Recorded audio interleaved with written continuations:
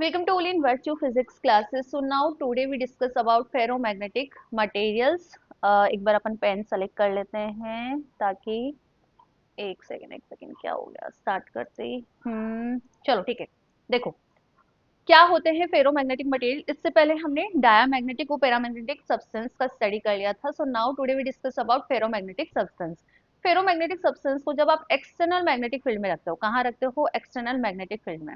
तो वहां पर क्या होता है? एक्सटर्नल मैग्नेटिक फील्ड में जैसे आप रखोगे तो ये स्ट्रॉन्ग अट्रैक्शन को शो करेंगे, स्ट्रॉन्ग अट्रैक्शन को शो करेंगे from the lower intensity region to higher intensity reason.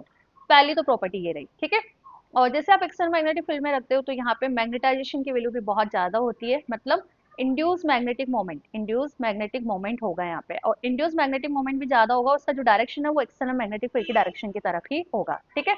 इसका मतलब हम बोल सकते हैं ना कि जो मैग्नेटिक इंडक्शन है उसकी वैल्यू लार्ज है कंपेयर टू वैक्यूम या कंपेयर टू फ्री स्पेस। ये किस चीज को रिप्रेजेंट करता है कि इस टाइप के जो मटेरियल है उसके लिए परमिएबिलिटी और ससेप्टिबिलिटी वो क्या होगी? फिर पॉजिटिव होगी, क्योंकि मैग्नेटिक इंडक्शन की वैल्यू ज्यादा है तो फिर परमिएबिलिटी और ससेप्टिबिलिटी पॉजिटिव और प्लस लार्ज होगी। क्या होगी? पॉजिटिव और लार्ज होगी, ठीक है। एग्जांपल्स की हम बात करें तो कॉपर हुआ, निकल हुआ, कोबाल्ट हुआ, आयरन हुआ, ठीक है। इस टाइप के मटेरियल्स फेरोमैग्नेटिक प्रॉपर्टीज को शो करते हैं। इसमें फेरोमैग्नेटिक प्रॉपर्टी मतलब किसी मटेरियल में ये प्रॉपर्टी होती क्यों है? ये होती है inner shell due to inner shell partially filled electron inner shell partially filled electron. Basically आपको इस कॉन्सेप्ट को समझना है बाय द डोमेन थ्योरी। किससे समझेंगे हम? By the domain theory. तो बेसिक पहले आप ये लिखो, फेरोमैग्नेटिक सब्सटेंस को जब हम external non uniform magnetic field में रखते हैं तो ये स्ट्रॉन्ग अट्रैक्शन को शो करते हैं from the lower intensity medium to higher intensity medium, ठीक है। और मैग्नेटाइज हो जाते हैं, स्ट्रॉन्ग मैग्नेटाइज होते हैं, मैग्नेटिक मोमेंट वहां पे इंड्यूस हो जाता है जिसका डायरेक्शन एक्सटर्नल मैग्नेटिक फील्ड की डायरेक्शन की तरफ होता है। और मैग्नेटिक इंडक्शन की वैल्यू फ्री स्पेस में जितना होता है उससे ज्यादा होता है, ठीक है। ये रिप्रेजेंट करता है कि परमिएबिलिटी और ससेप्टिबिलिटी पॉजिटिव और लार्ज होगी, ठीक है। और इस टाइप के एग्जांपल्स की हम बात करें तो फिर यहाँ पे हम बात कर सकते हैं आयरन हुआ, निकल हुआ और कोबाल्ट हुआ, ठीक है। They all are show ferromagnetic properties, ठीक है।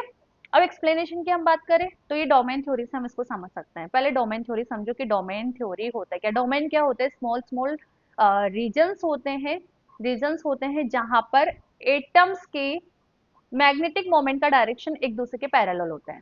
एक स्मॉल रीजन है जहां पे एटम्स के मैग्नेटिक मोमेंट का डायरेक्शन क्या होता है? एक दूसरे के पैरेलल होता है। उन स्मॉल रीजन्स को हम डोमेन बोलते हैं। अब ये डोमेन क्यों जनरेट होते हैं? ये डोमेन होते हैं generate due to partially filled inner shell of electron inner shell of electron in atom. एक एटम के अंदर हम बात करें इनर सेल के पार्शियली फिल्ड इलेक्ट्रॉन है, वो रिस्पॉन्सिबल होते हैं फॉर द फेरोमैग्नेटिक प्रॉपर्टी। कैसे? ये जो इलेक्ट्रॉन होते हैं ये इलेक्ट्रॉन क्या करते हैं? अदर एटम अदर एटम है उनके स्पिन को अलाइन कर देते हैं खुद की डायरेक्शन में, मतलब खुद की डायरेक्शन के पैरेलल अलाइन कर देते हैं और स्मॉल स्मॉल रीजन्स बना देते हैं। और एक पर्टिकुलर रीजन के अंदर जितने भी एटम्स होंगे उन सभी का अलाइनमेंट सेम डायरेक्शन में होगा, मैग्नेटिक मोमेंट का अलाइनमेंट सेम डायरेक्शन में होगा। और ये जरूरी नहीं है कि सारे डोमेन्स में जो मैग्नेटिक मोमेंट का डायरेक्शन वो सेम हो। लाइक इस वाले डोमेन में हमने देखा कि अपवर्ड डायरेक्शन के अंदर इनका डायरेक्शन है सभी एटम्स का, बट एक दूसरे के पैरेलल है। सेकंड डोमेन में देखो आप, ये एक दूसरे के तो पैरेलल है पर हॉरिजेंटल है, ठीक है। इधर हम देखें तो इनका डायरेक्शन रिवर्ट है पर एक दूसरे के पैरेलल है। तो बेसिकली ये क्या कर रहे हैं? इनर सेल वाले इलेक्ट्रॉन्स फ्री इलेक्ट्रॉन को यूज में लेते हुए अदर एटम्स के मैग्नेटिक मोमेंट के डायरेक्शन को खुद की डायरेक्शन में अलाइन कर देते हैं और एक पर्टिकुलर रीजन बना देते हैं जिस रीजन के अंदर जितने भी एटम्स होंगे उन सबका मैग्नेटिक मोमेंट का डायरेक्शन क्या होगा? सेम डायरेक्शन होगा। इस छोटे से रीजन को हम क्या बोलते हैं? डोमेन बोलते हैं, ठीक है। अब in the absence of external magnetic field, जब इन पे एक्सटर्नल मैग्नेटिक फील्ड नहीं लग रहा है तो नेट मैग्नेटिक मोमेंट हम बात करते हैं कितना होता है? जीरो। नेट मैग्नेटिक मोमेंट क्या होगा यहाँ पे?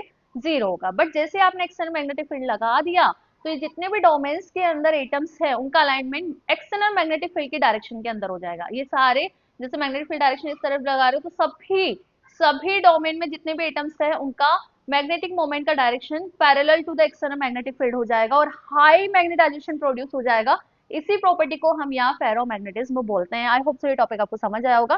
Free electrons tends to bring the electrons of the other atom in the state of the same parallel spin. An atom of ferromagnetic material which have dipole moment interact with the other atom in a such way they align themselves in a common direction। ठीक है, ये देखो diagram पे देख सकते हो।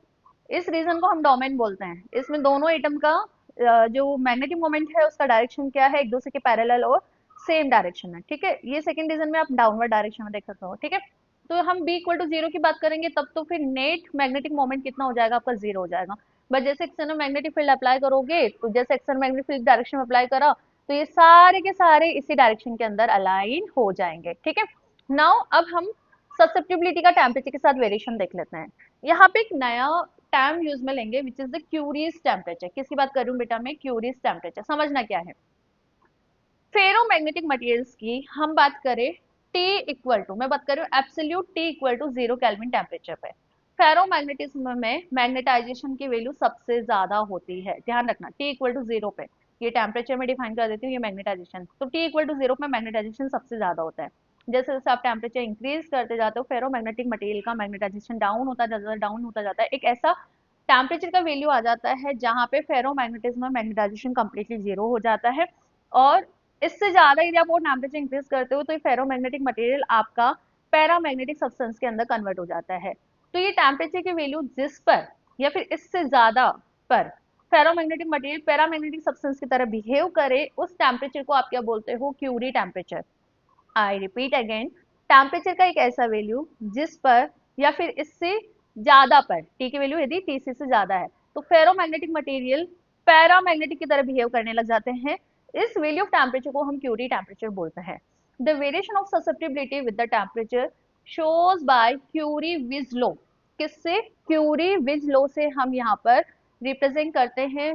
यहाँ पे W E I double S आता है।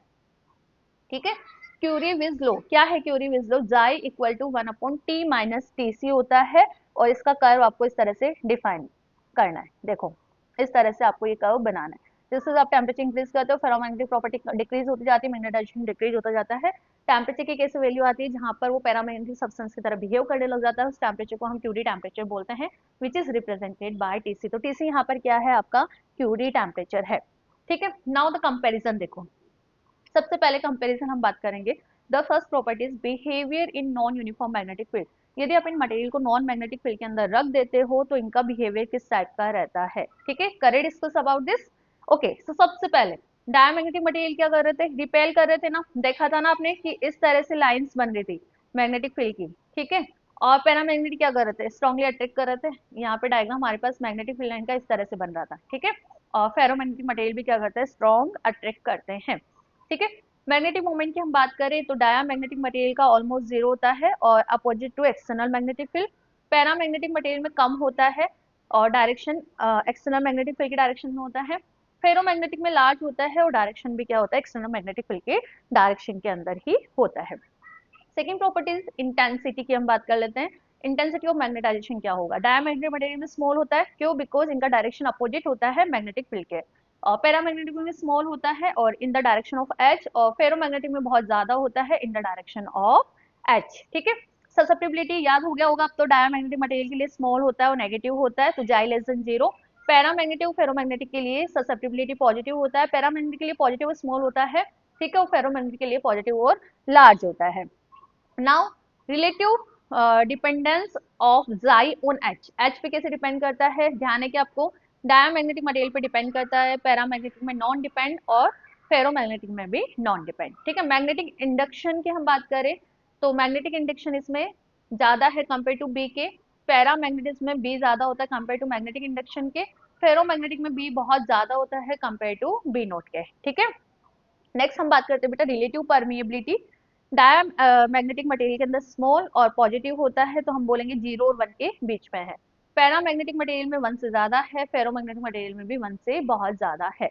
अब फॉर्मेशन देखो, फॉर्मेशन किसकी वजह से होता है, due to the orbital motion of electron, और पैरामैग्नेटिक में due to the atomic dipoles, और फेरोमैग्नेटिक मटेरियल में ड्यू टू द डोमेन्स, ये चीज हम समझ चुके हैं ना कि इसमें डोमेन्स की वजह से होता है, ठीक है। तो इस तरह से हमारे पास यहाँ पे कुछ डिफरेंसेस है तीनों में, और तीनों ही यदि आपको टॉपिक समझ आ गए, डाया पेरा फेरो, तो आप इजीली तीनों में डिफरेंसेस राइट डाउन कर सकते हो। सो मिलते हैं नेक्स्ट सेक्शन में एक नए टॉपिक के साथ। Thank you.